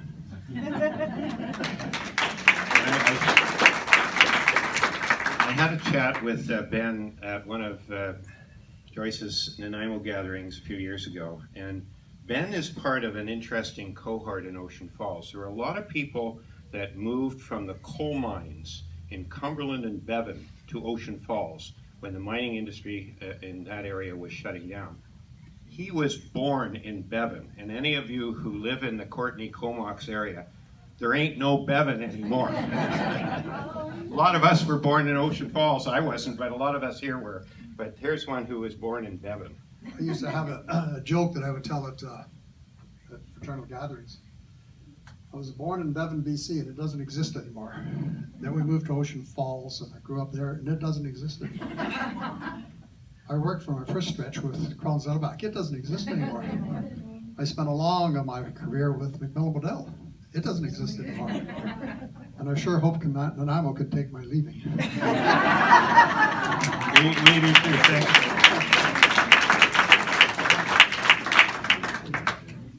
I said you were probably one of the oldest in the room. How old? 81. Good for you.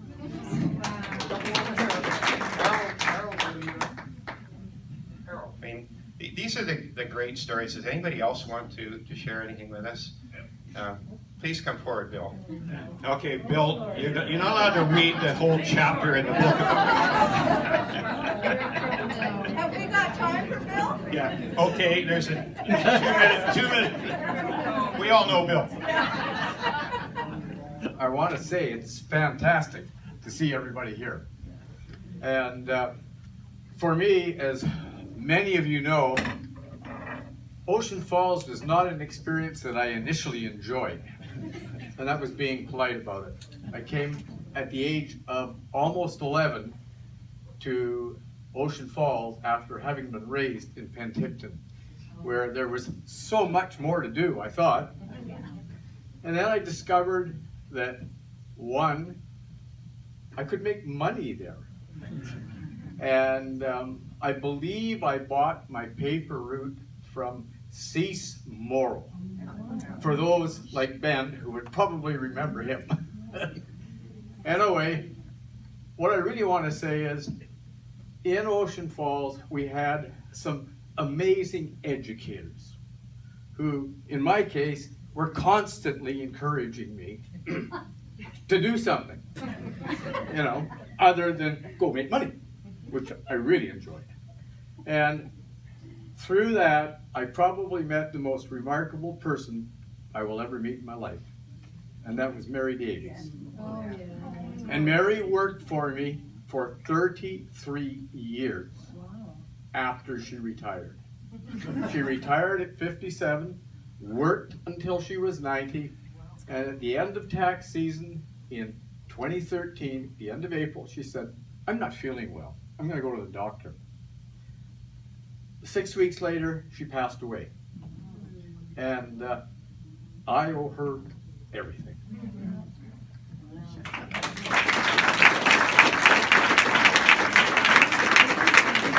Well said, Bill. And you know, there's so many things I could talk about, but one of the things I didn't talk about was the school. And the school was very, very special, and we were very fortunate that we had very good teachers, particularly in the elementary school. Read the book. Mary Davis kept a diary, and she kept all of the letters that she wrote to her mother when she arrived in Ocean Falls. And it's an absolute treasure trove of coastal history and experience. And she really was a remarkable lady. There are three other teachers that are featured in the book. One was Don Little, who is a phys ed teacher who arrived in the mid-1950s at the ripe age of 19 as a teacher. Some of the guys in the grade 12 class were as old as he was. Another was Ann Rolls. I know her as Madam Justice Rolls, and when I'm in court I have to call her my lady. She's now retired. But she arrived in Ocean Falls in 1964 as the typing teacher in charge of what we now are not allowed to say, but did in those days, the Ockies. And she lasted a year, went back, having paid off all her student loans, went back to law school, and ultimately became a judge of the BC Court of Appeal, the highest judicial office in the province. She is still alive. She works as a legal consultant at UBC. She's contributed a number of very interesting stories to the book. Another guy was a fellow by the name of Phil Foster, who came in the early 1970s as a physics teacher. And like so many, he says his experience teaching in Ocean Falls, even though he was only there for 2 years, was the highlight of his teaching career. We were very fortunate to have the school because the teachers not only taught during the day, they were involved in the community at all hours, whether they were coaching basketball teams or teaching night school or whatever. They were a very, very dedicated group. And I know there are a number of people in this room, and I'm told there are quite a number coming to the reunion from what was my class, the class of 1966. And I write about this class in the book. There were 35 who graduated in June of 1966. A lot of us did not graduate in that 35. Myself, Ralph Hutton, Louise Mon, Doug Hart, many people went to either boarding schools or went elsewhere. Hutton, in the case of his swimming, he went to the States to get swimming because George had now left Ocean Falls. And of that 35, I think, Bill, you said the number that took, and Bill was part of that class, the number that took some kind of post-secondary training was in the, like 25. That was by far the largest graduating class in Ocean Falls history. And their success is remarkable. And that is the case with many people who grew up in Ocean Falls. And I'll tell you the reason why. You ever want to read some somewhat academic books on the subject of community development and community death? There's a book written by a Harvard political science professor called Robert Putnam, which is called Bowling Alone. And it's about the lack of community involvement, what we call social glue, that now characterizes much of North America. People bowl alone. They don't do what they did in Gordy McLean's den of iniquity, which is bowl every night and have your Coke spiked with rum. he also wrote a book called Our Kids. And that book is about the difference between kids today and kids of the 1950s. He grew up in a Midwestern American manufacturing town very similar to Ocean Falls, where the distinction between kids' opportunities for the wealthy and the not so wealthy was minuscule. Now it's huge. If you come from a well-heeled family, you can afford the extracurricular activities, and you lack for nothing. If you don't come from a well-heeled family and you have been one of the millions of Americans or Canadians who've lost jobs in the manufacturing industry, you don't get those opportunities. And that is a huge difference between the world that we knew and the world that Putnam writes about now, whether it's bowling alone or kids going home after school and watching TV instead of going to the swimming pool or going to the gym. Bowling Alone or Our Kids by Robert Putnam. I strongly recommend it.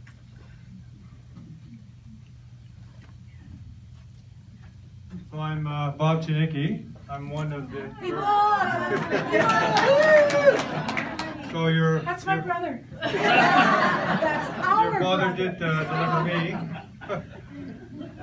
and I was good friends with Bernice when going to high school. So it was actually I just want to make a comment about the babies because when we moved from Ocean Falls to Camp River, and I saw how families were constructed, and the average family was 2. I just was blown away because that was not my experience. So in my own particular class, Trebles, you had 7, right? 8. Sorry. Well, Peterson's had 7. 9. Oh my God, I'm getting this all wrong. Yeah. That's on the Trivial I'll just Pursuit. say I'll just say the family names. Badamunker, how many do they have?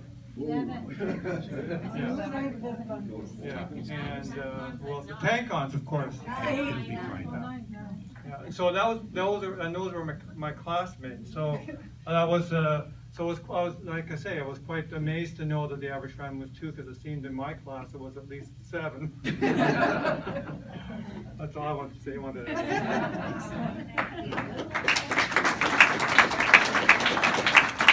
Phil Foster, who was there in the early 70s, talks about having 8 people in his physics 11 class. And you can imagine if you are able to enjoy, or at least tolerate physics 11, having 7 or 8 in the class is a gift.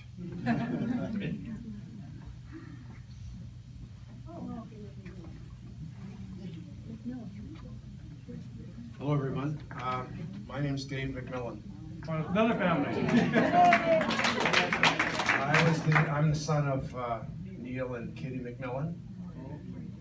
My mom couldn't make it. My dad passed away in 2008, but I know he left an impact on me, and he tried to leave a legacy behind in Ocean Falls. He was very proud to be part of that community, as was my mother. My mom's 87 now, but she's doing strong, and she wanted to be here, but couldn't make it. But she wishes she was. Her heart is in Ocean Falls, it always has been, as was my father's. And she just wanted to wish you all the best, and she misses you all very much, and she misses the life she left behind. Thank you very much. Can I just say something? About your dad being the basketball coach, and he gave us all nicknames, and that's all he ever called us till the last reunion. They came up to me and said, "Hi, Junior." And we were home, and some of them, like Christine Scallett's nickname was Flower because she had flowered shorts on the first day she showed up. And I was Junior and Liz was Senior because she was taller than me.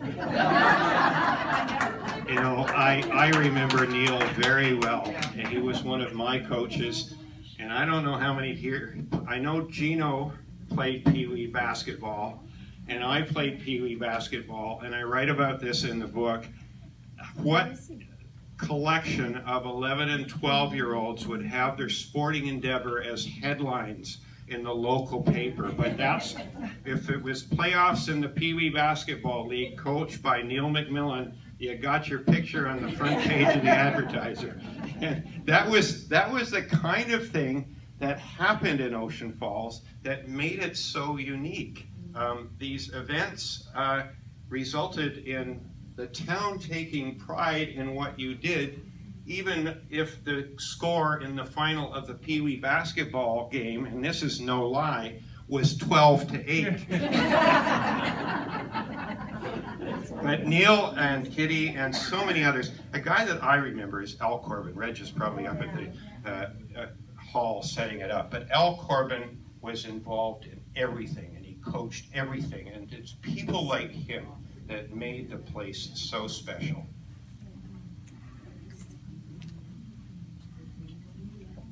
Special indeed. I'm probably the youngest one here. I was born in '64. Yeah. I'm Christine Janicki, well, Marthinson, but seven of 9. And I wanted to speak into my experience following on the amazing educators in the town. Follow on sharing this story about Joyce Back. So Joyce and Mike, just amazing, generous, loving people, like most Ocean Fallers. So Joyce was my grade 2-3 teacher. And we, as a group of 9 kids,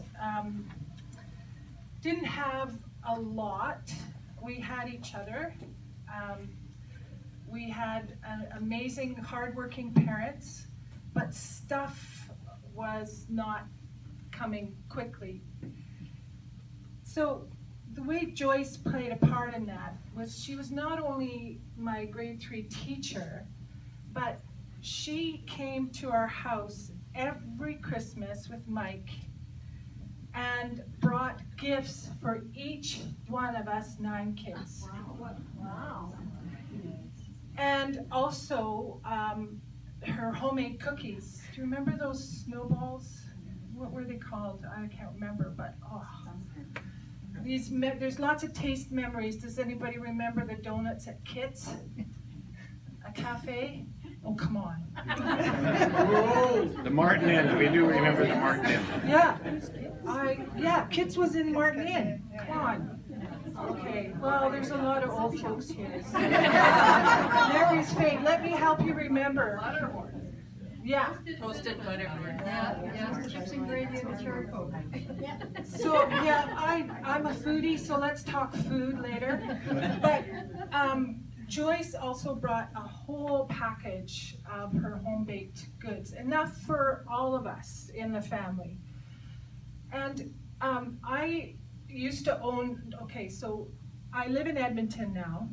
I've lived there for 33 years, and it's home for me, believe it or not.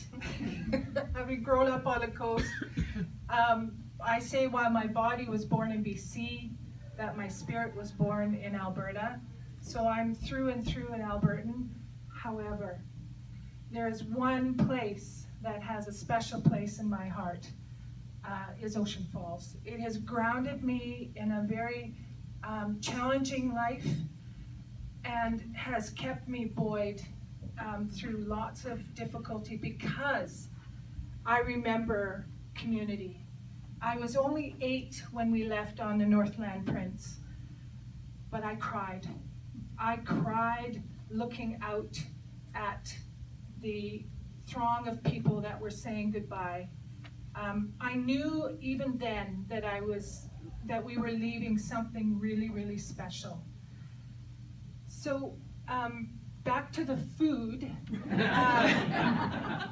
In Edmonton, I opened up a bake shop, and I closed it down for a lot of reasons, and not because I wasn't making money, and it's hard to do. There was a real community aspect of having a downtown bake shop. I may be opening up another one. In between there, I got married and had kids.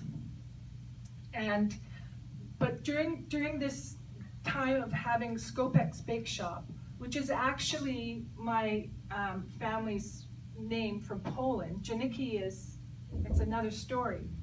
And it's a good one. But I opened up Scopex Bake Shop, and on the first Christmas that I celebrated there, I developed a cookie box for people who didn't have time to cook or bake, and I called it the backup cookie package. And I'm nervous, so my mouth is dry, but people really responded. I put the story on a tag, and it had such tremendous meaning for these people, because what we shared in Ocean Falls, this extension of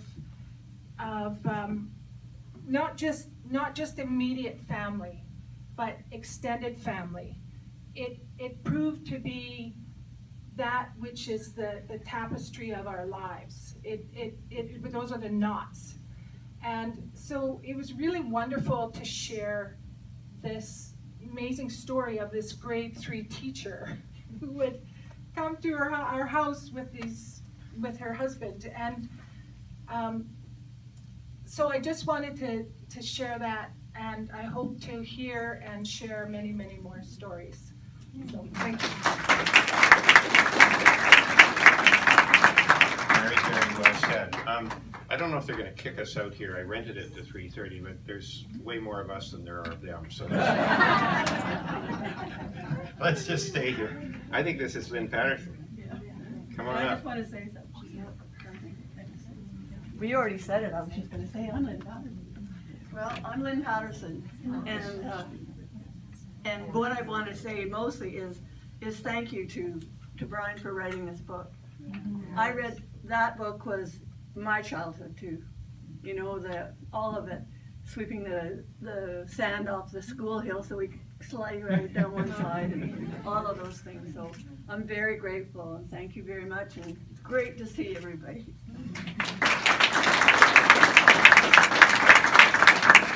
Well, some of you may have the little Trivial Pursuit thing on your table. I'm going to hand out the answers at the end of this, but I just should say something about the Patterson family. They have a very, very long history in Ocean Falls.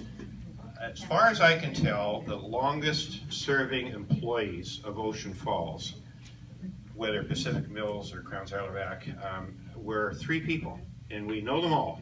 One was Morley Patterson, one was Gus Herman, and one was Les Gilchrist. Now, if I'm wrong, David Leverton would probably tell me. Am I wrong? Because I think those are the longest serving people. And while I'm at this trivia, the 2 families with the most kids born in Ocean Falls, the Gilchrists and the Petersons, both with 9. The Tankons. Tankons, they were born in Italy, the 4 of them.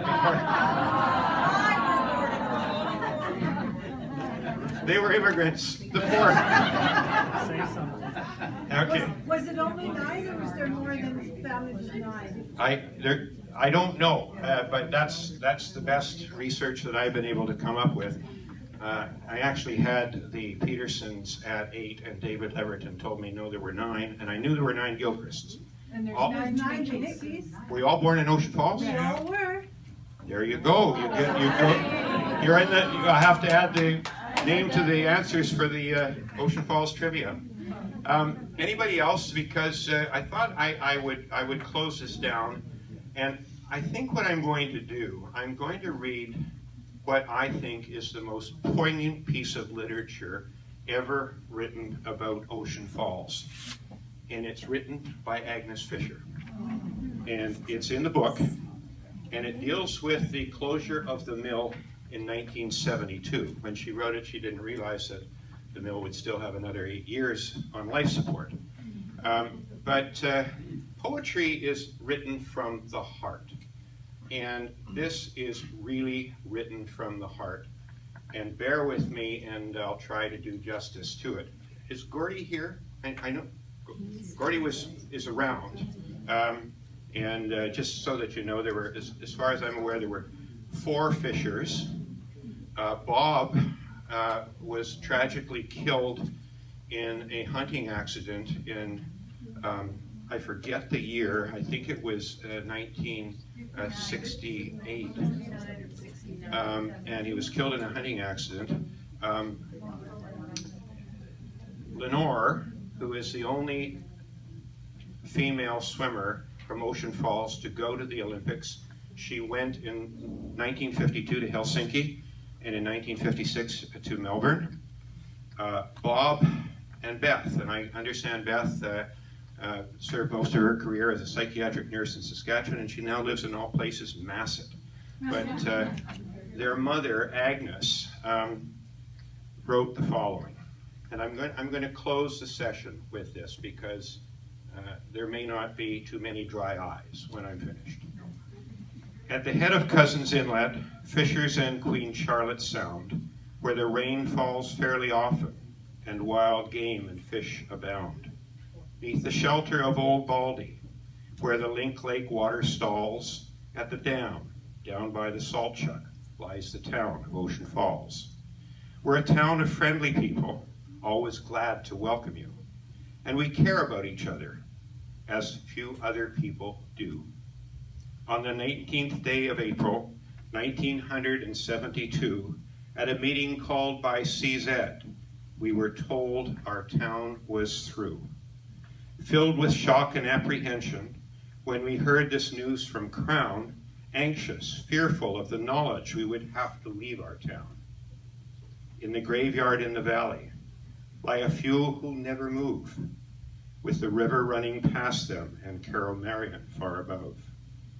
We will never climb these long stairs, never see our town again, never see the streets and houses sheathed in falling, misting rain.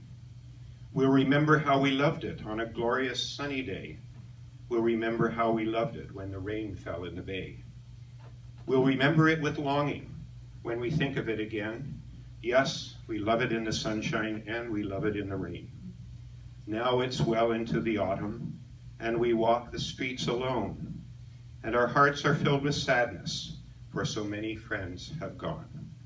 There's 100 million memories as each boat and plane departs, and the parting of our people bends our spirits, breaks our hearts. Will some other town resent us? Will they think our coming robs their established population of their very precious jobs? Will they move a wee bit over, be kind and thoughtful host to a lot of displaced persons from a little town up coast? Sure they will, for many of them came from this small town of ours, helped contribute to its beauty, cut the brush, and planted flowers. When they left, they hoped that maybe someday they would come again, for they left a bit of their hearts with the people of the rain. Will you welcome us and help us find a place to call our own? For unless we find a haven, we can never more go home. I think that is absolutely a outstanding piece of poetry.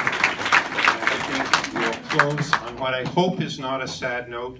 My memories of Ocean Falls are generally positive, and I hope yours are too, and I hope that this has made it a little bit more so. Thank you very much. Thank you.